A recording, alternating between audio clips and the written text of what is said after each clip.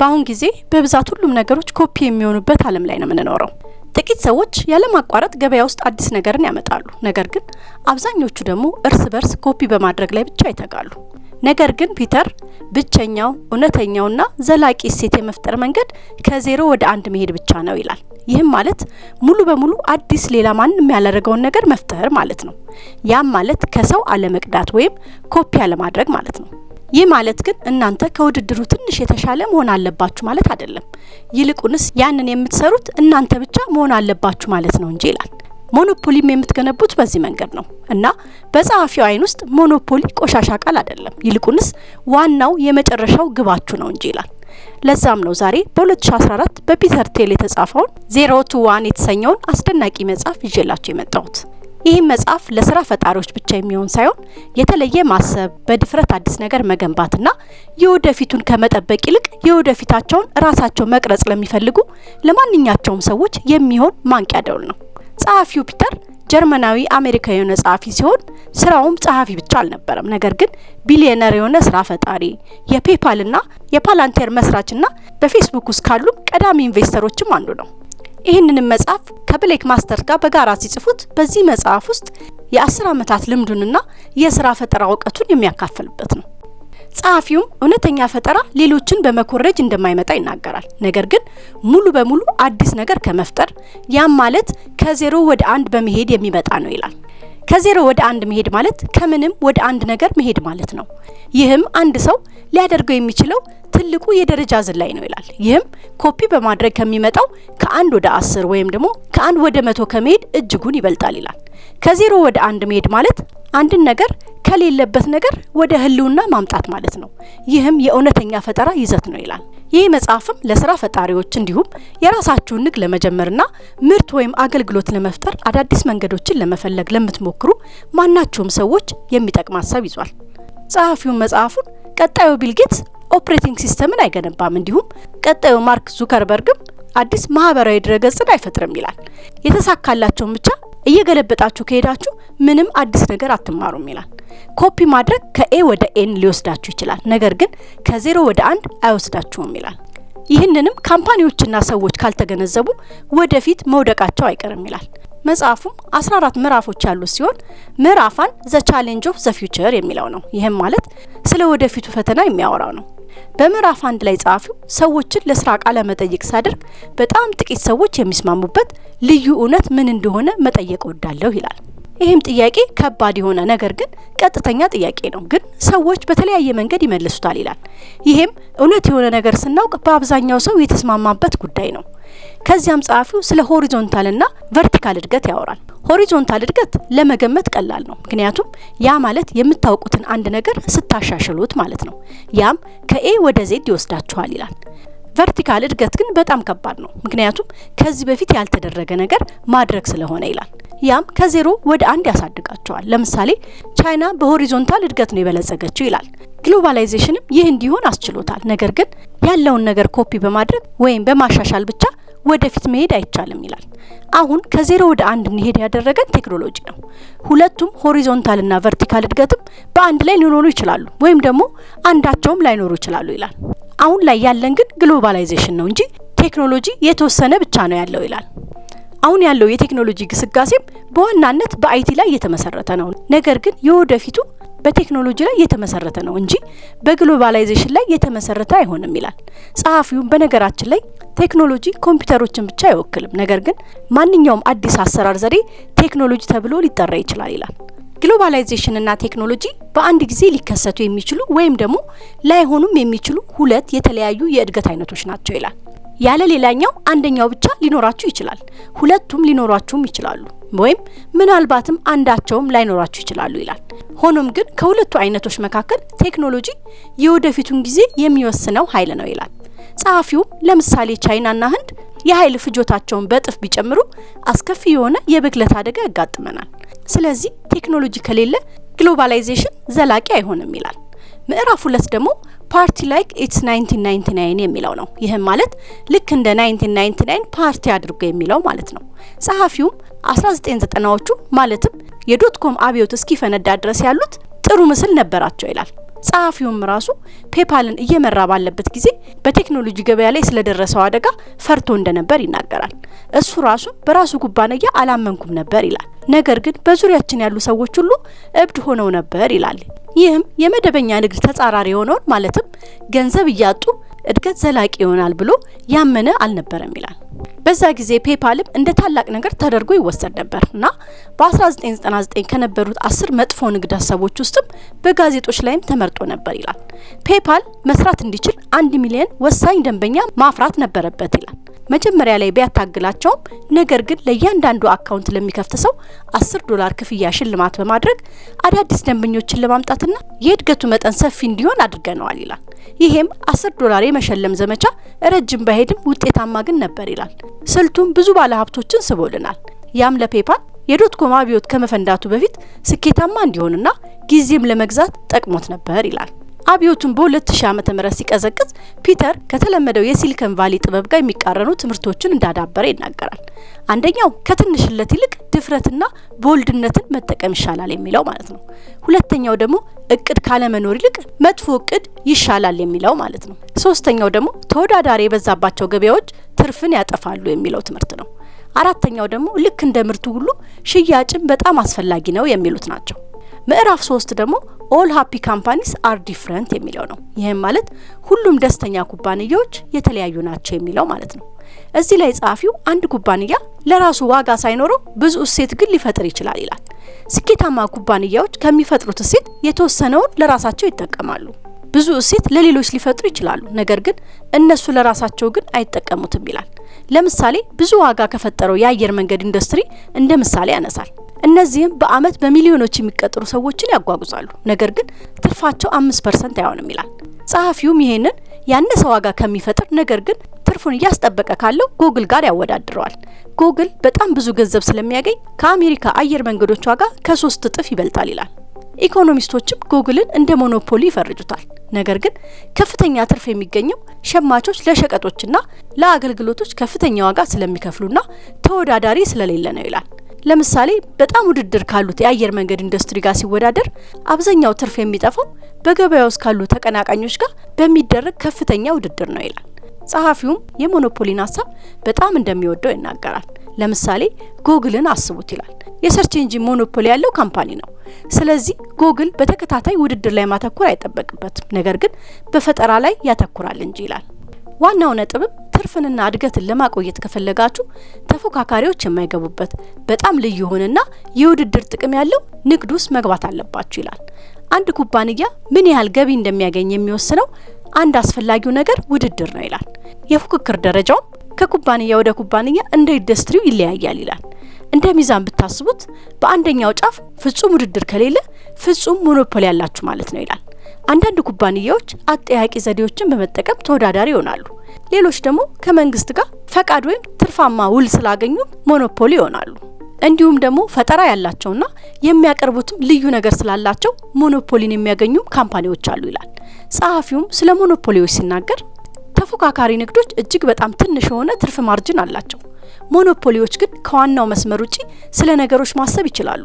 እቃቸውንም በሚፈልጉት መጠን መሸጥ ይችላሉ። ስለዚህ ሞኖፖሊዎች ለትርፍ የተሻሉ ናቸው ይላል። በኖርማል ዓለም ውስጥ ሞኖፖሊ በጣም መጥፎ ነው፣ ምክንያቱም ዝም ብለው ተቀምጠው ገንዘብ የሚሰበስቡ ተብለው ስለሚፈረጁ ማለት ነው። በተለዋዋጭ ዓለም ውስጥ ግን ሞኖፖሊዎች ለሰዎች ተጨማሪ ምርጫዎችን የሚሰጡ የፈጠራ ኃይሎች ናቸው ይላል። ደስተኛ ካምፓኒዎች ለሚገጥሟቸው ሁኔታዎች ሁሉ ልዩ ሞኖፖሊዎችን ይፈጥራሉ። ደስተኛ ያልሆኑ ንግዶች ደግሞ ሁሉም ተመሳሳይ ችግር አለባቸው፣ ያም ውድድር ነው ይላል። ምዕራፍ 4 ደግሞ ዘ አይዲዮሎጂ ኦፍ ኮምፒቲሽን የሚለው ነው። ይህም ማለት የውድድር ርዕዮተ ዓለም ማለት ነው። ጸሐፊውም ውድድር አለ ማለት ምንም ትርፍ የለም ማለት ነው ይላል። ታዲያ ለምንድነው ብዙ ሰዎች የውድድር ሀሳብን የሚወዱት ካላችሁ የትምህርት ስርዓታችን ከምንም በላይ የሚሰብከው ርዕዮተ ዓለም ስለሆነ ነው ይላል።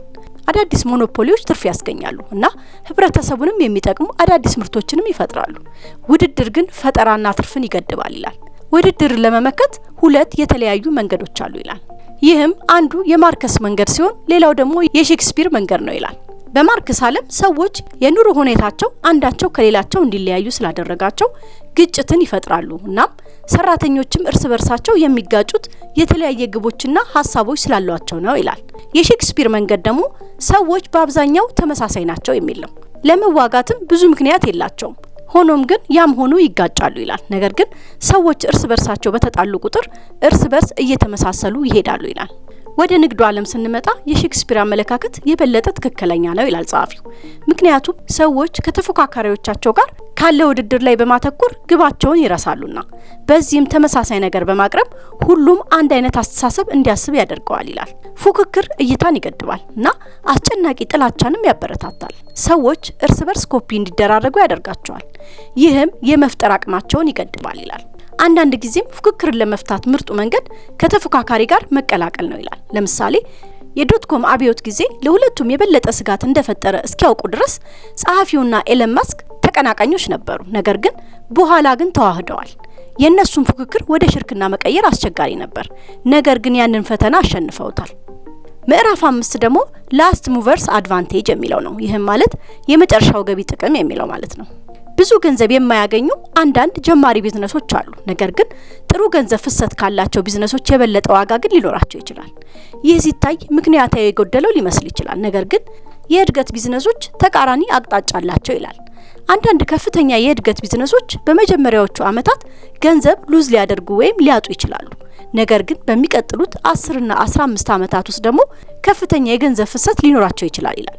ለዚህም ፌስቡክ፣ ፔፓል እና ሊንክዲን ምሳሌዎች ናቸው ይላል።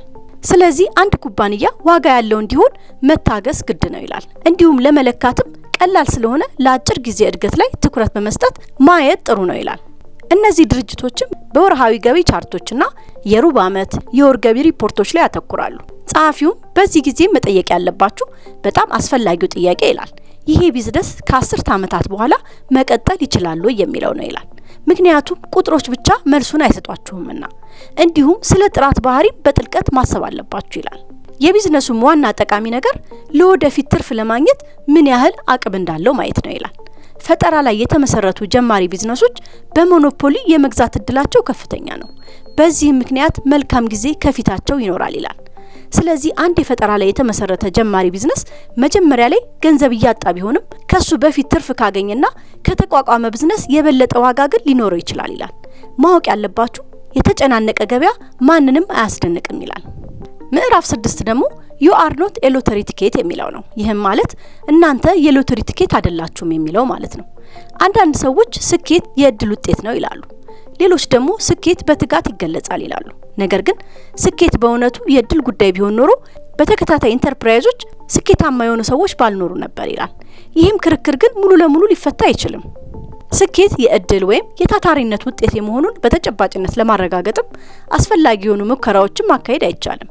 በታሪክ ግን ብዙ ታላላቅ አሳቢዎች ስኬት የሚገኘው በትጋት ነው ይላሉ። ቢል ጌትስ እና ዋረን ቡፌት ጨምሮ ብዙ ታዋቂ ሰዎች ደግሞ እድል በስኬታቸው ላይ ትልቅ ተጽዕኖ እንዳለውም ይናገራሉ። ጸሐፊውም በቅዱ መሰረት የተሳካለትን ማንኛውም ሰው ለማጣጣል በጣም እንቸኩል ይሆናል ይላል። ነገር ግን ስኬት ሙሉ ለሙሉ በዘፈቀደ የሚመጣ ከሆነ እናንተ ለምን ይህን መጽሐፍ ታነባላችሁ ይላል።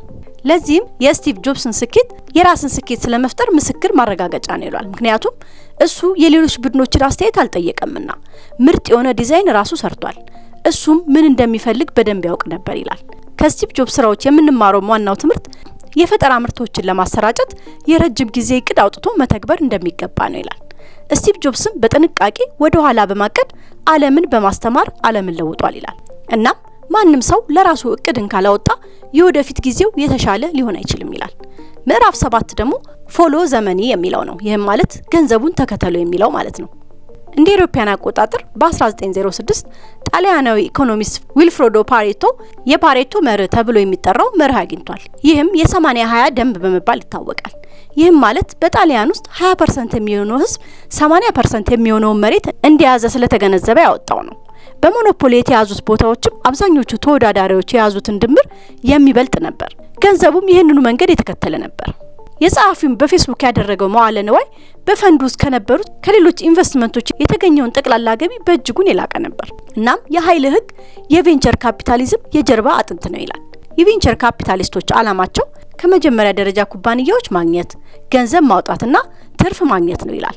እነዚህም ከፍተኛ ስጋት ያላቸው ኢንቨስትመንቶች ናቸውና ብዙዎቹ ኩባንያዎች አይሳኩም። ነገር ግን ማወቅ ያለባችሁ ከፍተኛ አደጋ፣ ከፍተኛ ሽልማቶች ይዞ እንደሚመጣ ነው ይላል።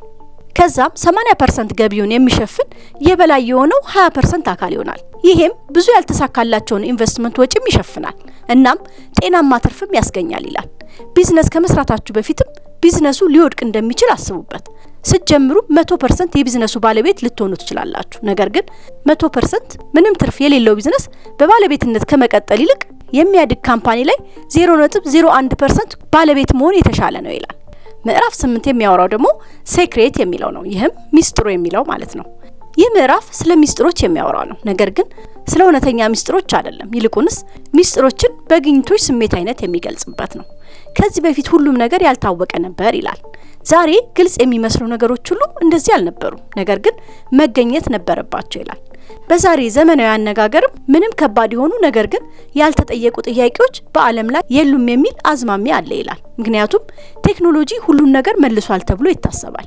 ነገር ግን ፈጽሞ የማይመለሱ ጥያቄዎችም እንዳሉ ወቁ ይላል።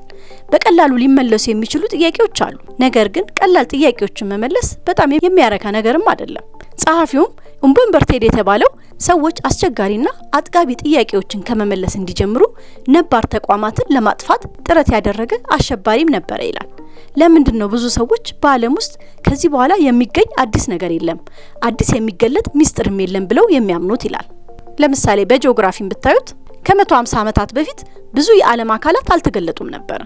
ዛሬ የዲስከቨሪ ቻናልን በመመልከት ብቻ በምዕራቡ ዓለም ያለ ሁሉም ሰው በጣም ሩቅ የሆኑትን ቦታዎች ማየት ይችላል። ማወቅ ያለባችሁ ግን አዲስ የሚገለጡ ብዙ ሚስጥሮችም አሉ ይላል እና ሚስጥሮችን ማግኘት እንደምትችሉም ካላመናችሁ በጭራሽ አታገኟቸውም ይላል። ካልፈለጋችሁ ምንም ነገር አታገኙም፣ ካልሞከራችሁ በጭራሽ አይሳካላችሁም። የማይቻል ነው ብላችሁ ካመናችሁም አታደርጉትም ይላል። ጸሐፊው በዓለም ላይ ሁለት አይነት ሚስጥሮች አሉ ይላል። እነዚህም የተፈጥሮ ሚስጥሮችና ስለ ሰዎች ያሉ ሚስጥሮች ናቸው ይላል። ስለ ተፈጥሮ ሚስጥሮች ለማወቅ አካላዊ ዓለምን ማጥናት ትችላላችሁ ይላል። ስለ ሰዎች ሚስጥሮች ደግሞ ብዙን ጊዜ ለማግኘት ከባድ ነው። ምክንያቱም ሰዎች ስለ ራሳቸው የማያውቋቸው ወይም ሰዎች ከሌሎች ለመደበቅ የሚሞክሯቸው ብዙ ነገሮች በመኖራቸው ማለት ነው ይላል። አንድን ሚስጥር ካወቃችሁ ለማንም እንደማታጋሩት ተጠንቀቁ ይላል። ምክንያቱም ዕውቀትን መግለጽ አደገኛ ሊሆን ይችላልና እንደ አንድ ደንብም ለራሳችሁ መንገር ከምትፈልጉት በስተቀር ሚስጥሮችን ለማንም ላለማጋራት ሞክሩ ይላል። ምዕራፍ 9 ደግሞ ፋውንዴሽን ስለሚል የሚያነሳው ነው። ይህም ስለ መሰረቶች የሚያወራው ነው። ጸሐፊው ማወቅ ያለባችሁ ኩባንያ መመስረት ልክ እንደ ቤት መገንባት ነው ይላል። ያም ማለት በተበላሸ መሰረት ላይ መገንባት አትችሉም። ኩባንያም ስትገነቡ የመጀመሪያው ወሳኝ ውሳኔ ከማን ጋር እንደምትጀምሩት ነው ይላል። አብሮ ድርጅትን መመስረት ማለት ልክ እንደ አንድ ጋብቻ ማለት ነው ይላል። እናም የመስራችነት ግጭትም ልክ እንደ ጋብቻዊ ፍቺ በጣም አስቀያሚ ነው ይላል። ስህተት ሲሰራ ማንም ሰው ምን እንደሆነ ማሰብ አይፈልግም። እናም በአንድ ኩባንያ ውስጥ ኢንቨስት ታደርጉ የመስራች ቡድኑን ግምት ውስጥ ማስገባት አለባችሁ ይላል። በተመሳሳይም ቴክኒካዊ ችሎታዎች አስፈላጊ ናቸው። ነገር ግን መስራቾቹ እንዴት አብረው እንደሚሰሩ ማወቅ ከሁሉም በላይ አስፈላጊ ነው ይላል። በጀማሪ ኩባንያዎች ውስጥ የባለቤትና የቁጥጥር ሁኔታ ላይ ግጭት ሊፈጥር ይችላል እና ይህም ግጭት የሚፈጠረው በአብዛኛው በመስራቾቹና በባለሀብቶቹ ማለትም በኢንቨስተሩ መካከል ነው ይላል እና ቦርድ መኖር በጣም አስፈላጊ ነው ይላል። እንደ መስራች ሁሉም ባለሀብት ከ3 እስከ 5 ሰዎች የሚሆኑ ቦርዶች መምረጥ አለባቸው። አነስ ያለ ቦርድ ብዙ ጊዜ አፈጻጸምና ውጤታማነትን ያረጋግጣል ይላል። ኩባንያችሁ ፈጠራን የሚያበረታታ ባህል እንዲይዝም ማድረግ አትርሱ። ቢዝነሱ ላልተወሰነ ጊዜ አዲስና ፈጣሪ ሆኖ እንዲቆይም ያስችላቸዋል ይላል። ምዕራፍ 10 ደግሞ ዘ ሜካኒክ ኦፍ ማፊያ የሚለው ነው። ይህም ማለት የማፊያ ሜካኒክ የሚለው ማለት ነው። እዚህ ላይ ጸሐፊው ቡድን ስለመገንባት ያወራል። የድርጅታችሁ ዋና ተግባራትን ለሰው አትስጡ፣ ቡድናችሁንም አጥብቃችሁ ያዙ ይላል።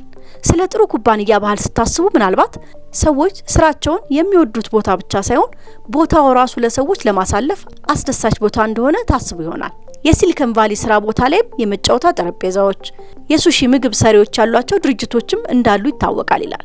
ያ ማለት ግን የድርጅቱ ጥቅም ሳይሆን የድርጅቱ ባህል ነው ይላል። ጸሐፊው ፒተርም መጀመሪያ የገነባነው ቡድን የፔፓል ማፊያ በመባል ይታወቅ ነበር ይላል። ምክንያቱም በጣም ብዙ የቀድሞ ባልደረቦቹ በኋላም እርስ በርሳቸው በመረዳዳት የተለያዩ ታላላቅ ኩባንያዎችን ስለመሰረቱ ማለት ነው። ያም ማለት ቴስላን፣ ሊንክድኢን፣ ዩቲዩብን ጨምሮ ማለት ነው። ጸሐፊውም ስለ ፔፓል ሲናገር ፔፓልን የቀረጸው ጠንካራ ባህል በጣም ጎበዝ ሰዎችን ከአመልካቾች ውስጥ መርጦ መቅጠር አልነበረም ይላል። ይልቁንስ ተመሳሳይ ፍላጎትና የሥራ ስነ ምግባር ባላቸው ሰዎች የተሰበሰበና እነሱም እየሰሩ ያለው ለአንድ ዓላማ ስለነበረ ነው ይላል። የሰው ምልመላ በፍጹም ለውጭ አካል መስጠት የለባችሁም። ተቀጣሪዎች ለምን ለእናንተ መስራት እንደሚፈልጉ ስትጠይቁ የሚሰጧችሁ መልስ ለድርጅቱ ብቻ መሆን አለበት ይላል። ጎበዝ ሰራተኞችን ለመሳብም ኩባንያችሁ ለምን ልዩና አስፈላጊ እንደሆነ ንገሯቸው። በጥቅማ ጥቅሞችም ማንንም ለማማለል አትሞክሩ ይላል። ምክንያቱም ታማኝ ሰራተኞችን እንጂ ለነጻ የመኪና ማቆሚያ ቦታ የሚጨነቁ ሰዎች አያስፈልጓችሁም ይላል።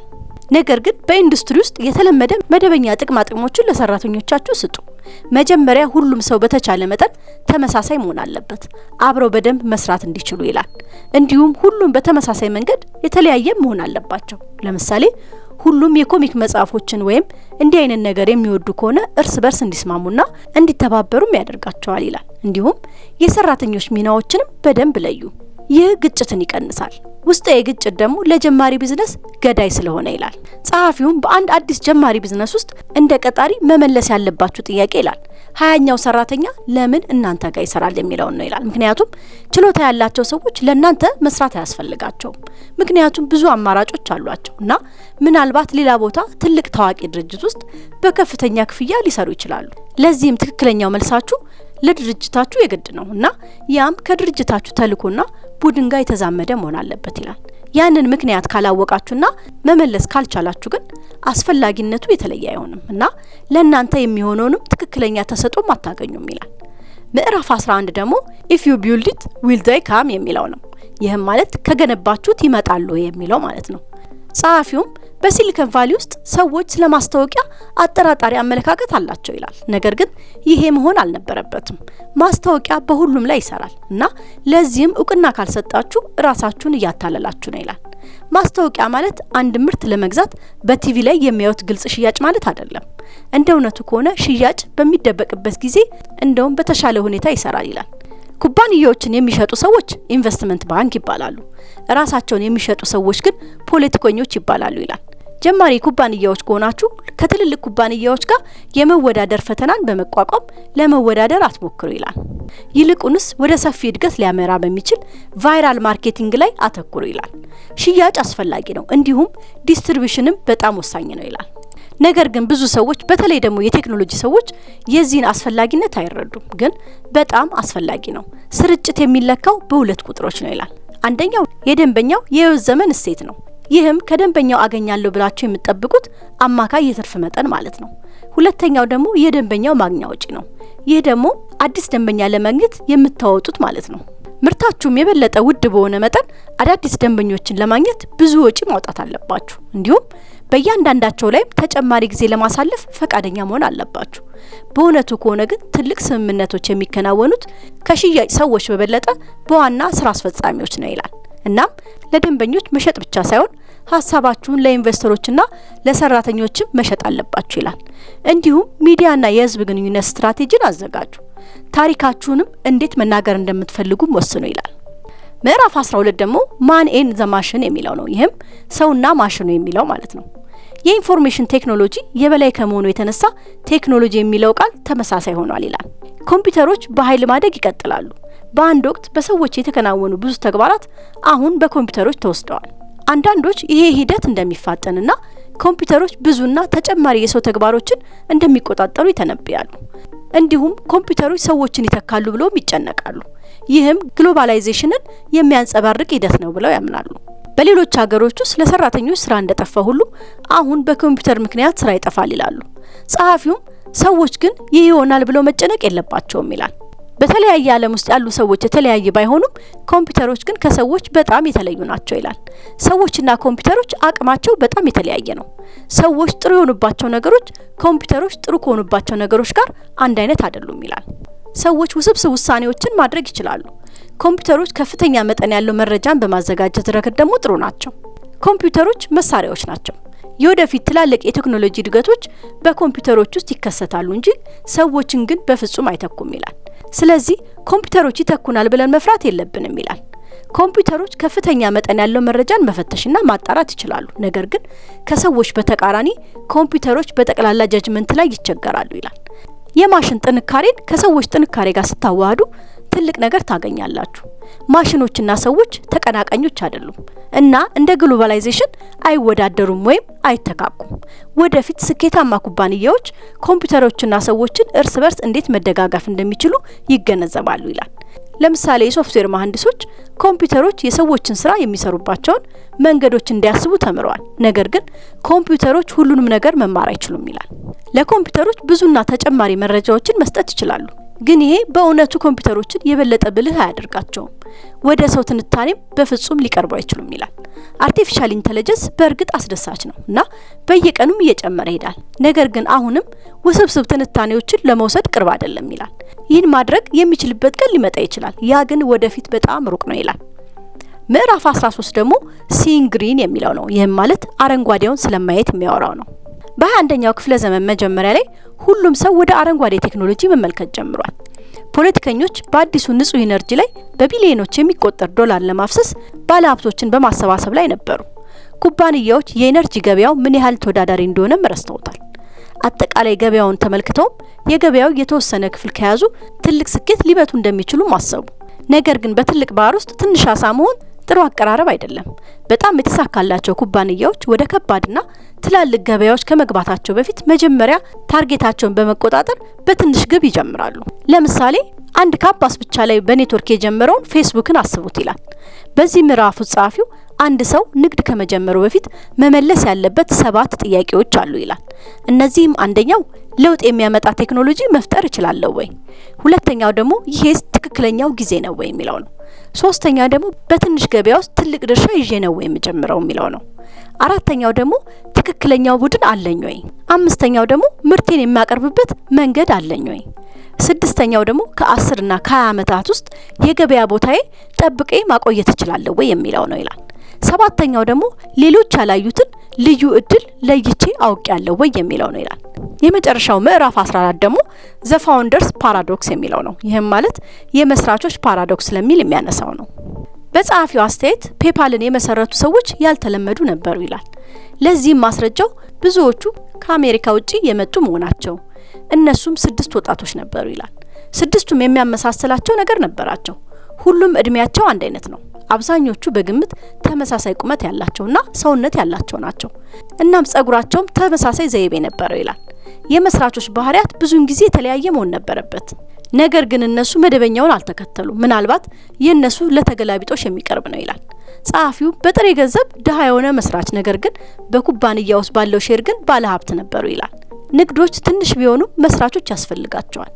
ሊታሰብበት የሚገባው በጣም አስፈላጊው ነገር መስራቾች ስልጣኑንና ክብሩን በቁም ነገር ማየት የለባቸውም ይላል።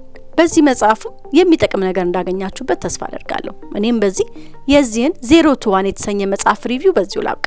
ይህ መጽሐፍም ቢዝነስ ለመጀመር ለምታስቡም ሆነ በቢዝነስ ላይ ላላችሁ ትምህርት እንደሰጣችሁ ተስፋ አደርጋለሁ። እስካሁን የቻናላችን ቤተሰብ ካልሆናችሁ ሰብስክራይብ በማድረግ ቤተሰብ እንድትሆኑ በማክበር ጠይቃለሁ። ሌላ ደግሞ የተለያየ ለግል እድገት ለቢዝነስ የሚረዱ መረጃዎች በኢሜል እንዲደርሳችሁ ጉግል ፎርም በዲስክሪፕሽን ላይ ያስቀመጥን ስለሆነ በዛ ላይ ገብታችሁ የኢሜል አድራሻችሁን በመሙላት ከመረጃዎቹ መጠቀም ትችላላችሁ። እንዲሁም የቴሌግራም ቻናላችንን ተቀላቀሉ። ሊንኩንም ዲስክሪፕሽን ላይ ታገኙታላችሁ። ይሄ ቪዲዮም ለብዙ ሰዎች እንዲደርስ ላይክ እና ሼር እንድታደርጉት በማክበር ጠይቃለሁ። በቀጣይም እንድሰራላችሁ የምትፈልጉት ሌላ የመጽሐፍ ሪቪው ካለም ኮሜንት ላይ አስቀምጡልኝ። በቀጣይ ቪዲዮ እስክንገናኝ ድረስ ሰላም ሁኑልኝ።